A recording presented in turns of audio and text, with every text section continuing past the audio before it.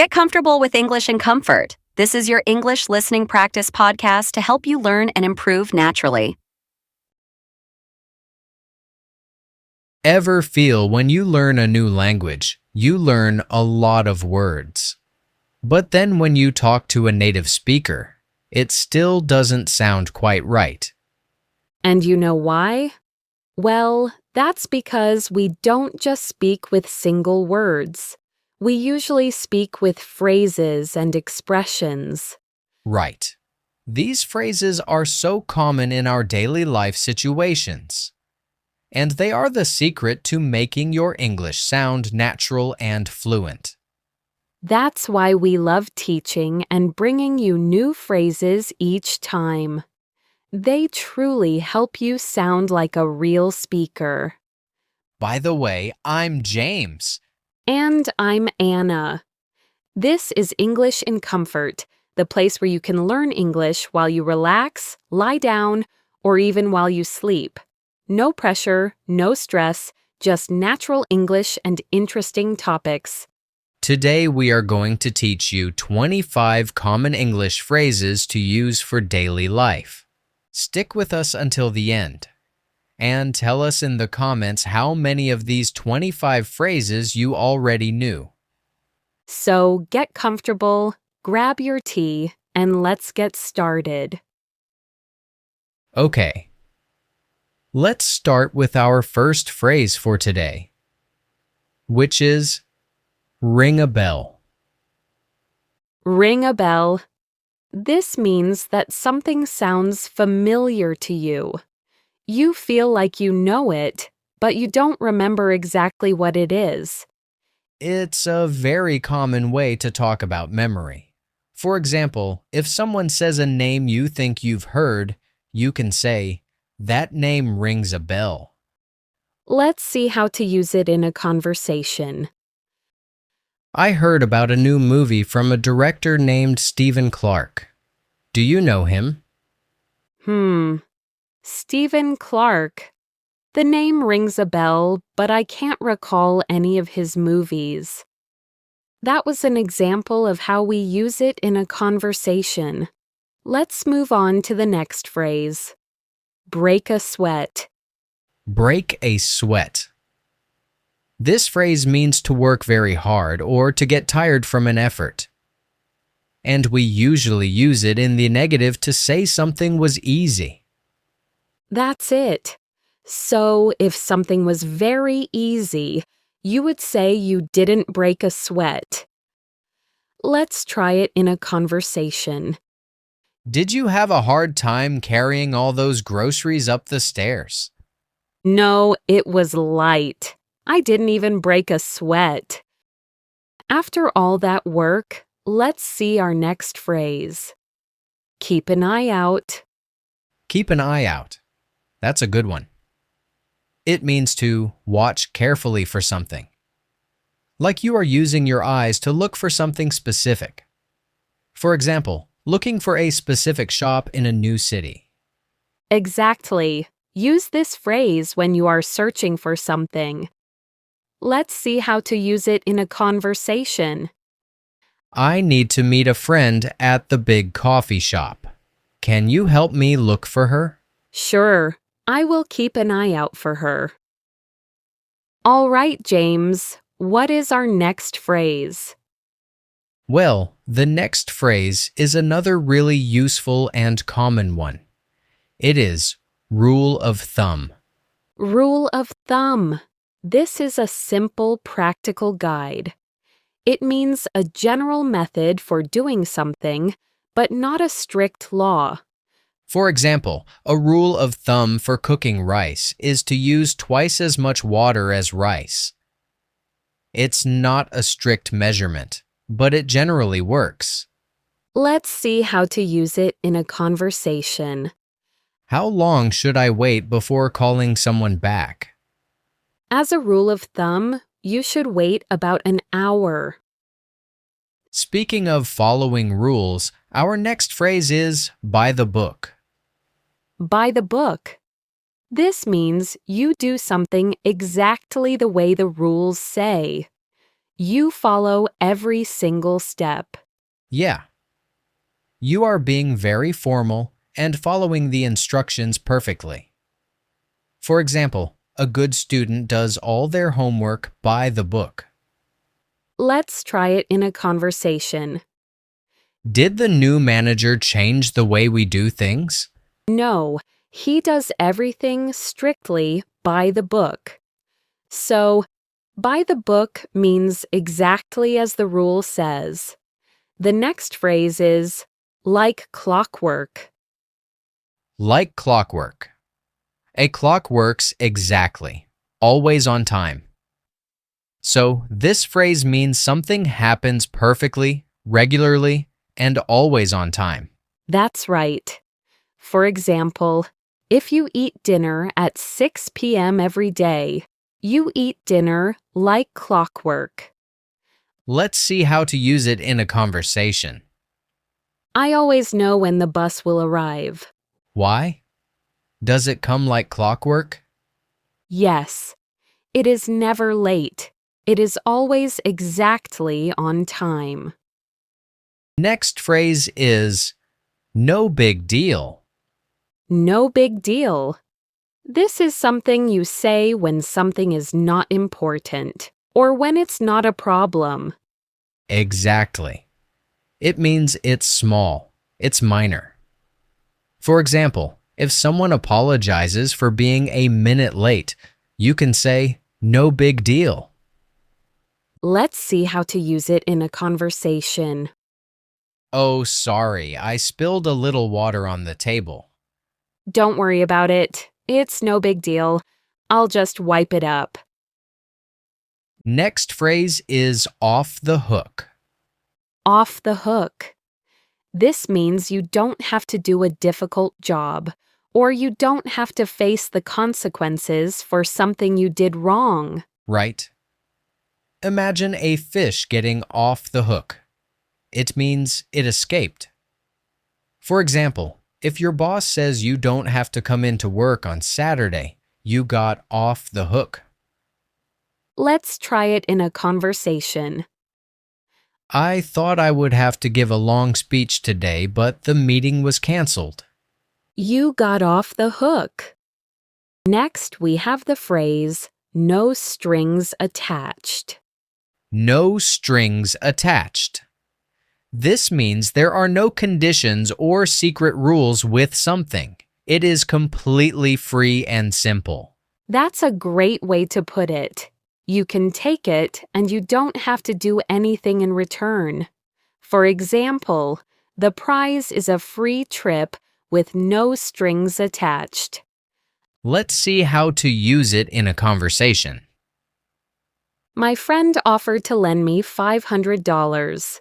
Did he ask you to do anything for him? No, he said, there are no strings attached. Next phrase is a great one for giving permission. It is by all means. By all means.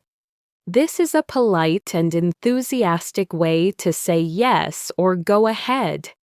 It means you really, really agree. Exactly. For example, if someone asks if they can sit down, you can say, by all means, please sit here.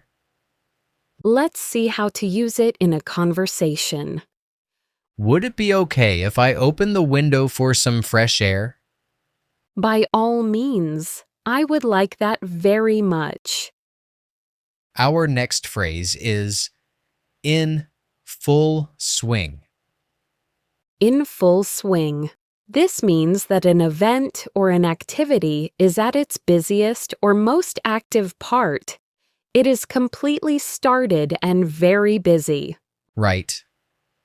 For example, a party or a project that is very busy can be in full swing. Let's try it in a conversation. How is the big festival going? Oh, it's great. The party is in full swing right now. And next common phrase is, let's get down to business. Let's get down to business. This is something you say when you want to stop talking about small things and start working on the main important thing. That's right. You are getting serious about the work. For example, after talking about your weekend, you can say, "Let's get down to business." Let's see how to use it in a conversation. That was a nice coffee break. It was. Now, let's get down to business and finish this report. Let's look at the next phrase. Next phrase is easier said than done. Easier said than done. This is a very common phrase. It means that something sounds simple to talk about, but in real life, it is actually very difficult to do. Exactly. For example, it is easier said than done to wake up at 5 a.m. every morning, or starting to exercise is always easier said than done. Let's try it in a conversation. You should just stop worrying about your tests so much. That's easier said than done. I really have to study more. Next up we have add fuel to the fire. Add fuel to the fire. Imagine a fire. If you put more fuel on it, like wood for example, the fire gets bigger and worse. So, this phrase means you do something that makes a bad situation or a problem worse. Right? You are making an argument or a fight much bigger. For example, if two people are shouting, and you shout too, you are adding fuel to the fire. Let's try it in a conversation. My brother and sister are fighting about the remote control. Should I go in and tell them they are being loud? No, that will just add fuel to the fire. You probably should stay out of it. So, add fuel to the fire means to make a bad situation worse. Next phrase is out of your league. Out of your league. This means that something is too good for you, or it is too difficult for you. It's often used when talking about money or skill. The league is like a sports competition where everyone is at the same level.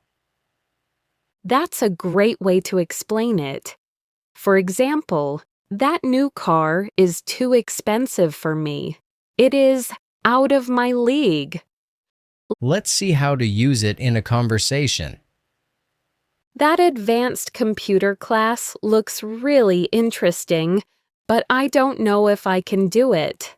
That's true. That class might be out of your league right now. Maybe you should take the beginner class first.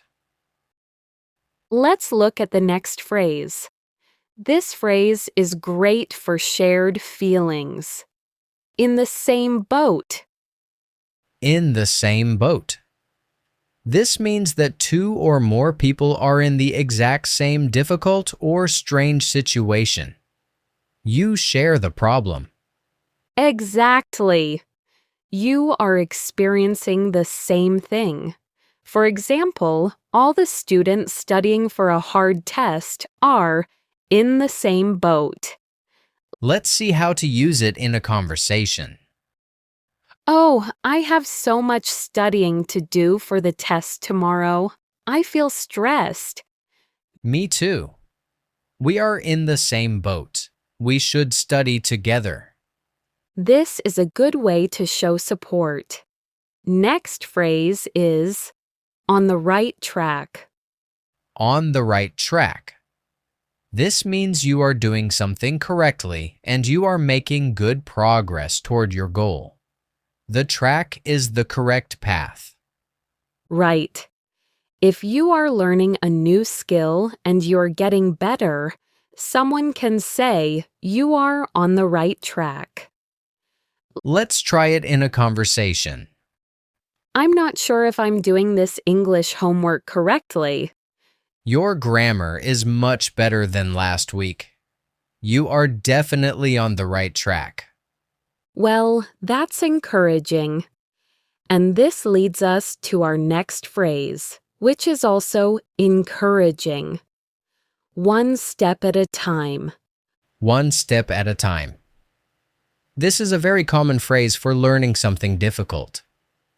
It means you should take things slowly and focus on the small steps first, not the final big goal.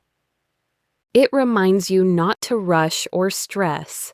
For example, when you learn a new language, you have to take it one step at a time. Let's see how to use it in a conversation. I feel overwhelmed by everything I have to do for this big project. Don't worry. Just focus on the first small task.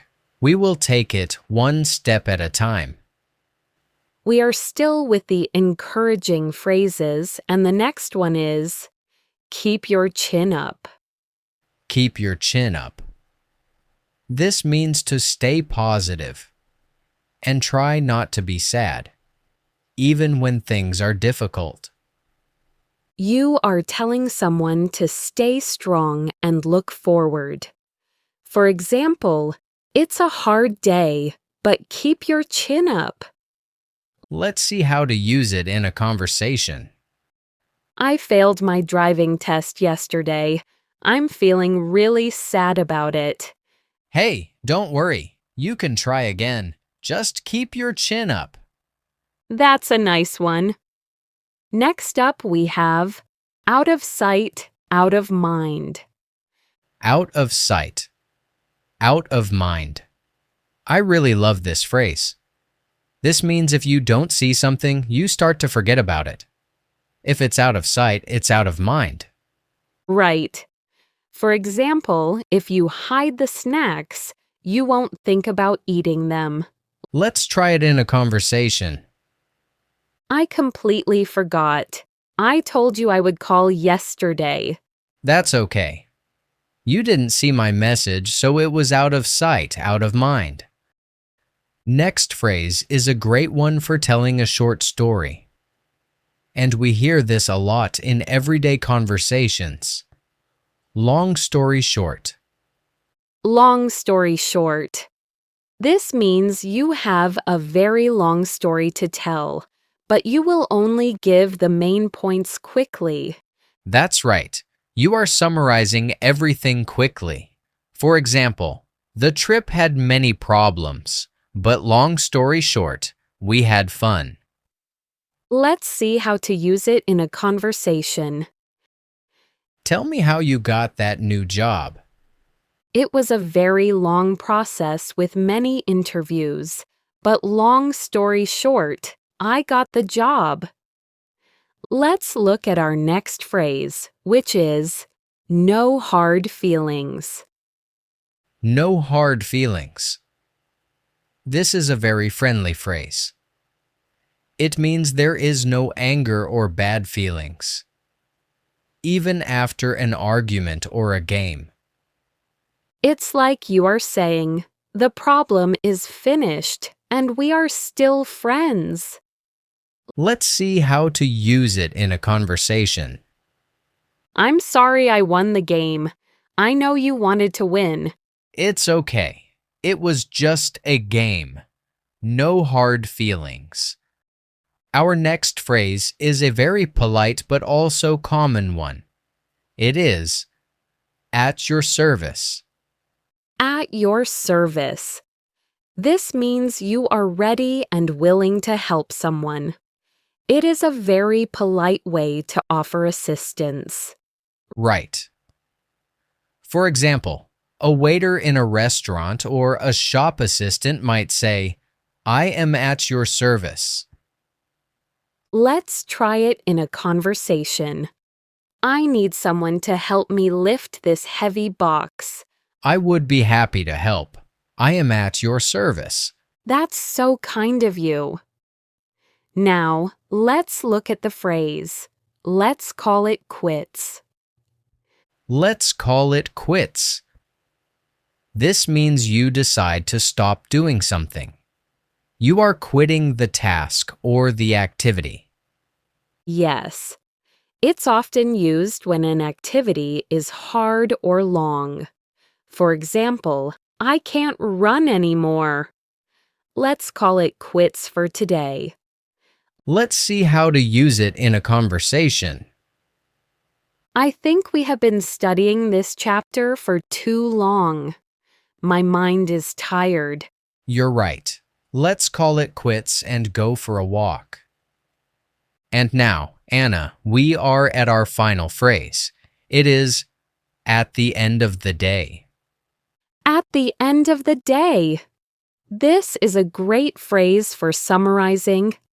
It means that when everything is considered, this is the most important point. And we can use it to summarize our talk. Let's see how it works. So, we have talked about so many useful phrases today, and it was a lot of fun. It was. And at the end of the day, we learned 25 new phrases together that are used in everyday conversations.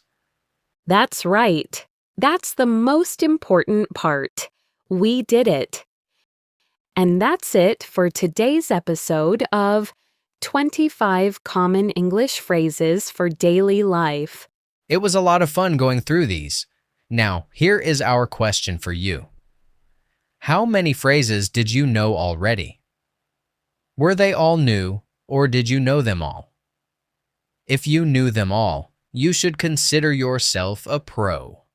Let us know your score. And if you enjoyed this episode, subscribe for more English phrases, everyday conversation, English listening and speaking practice, tips, and more.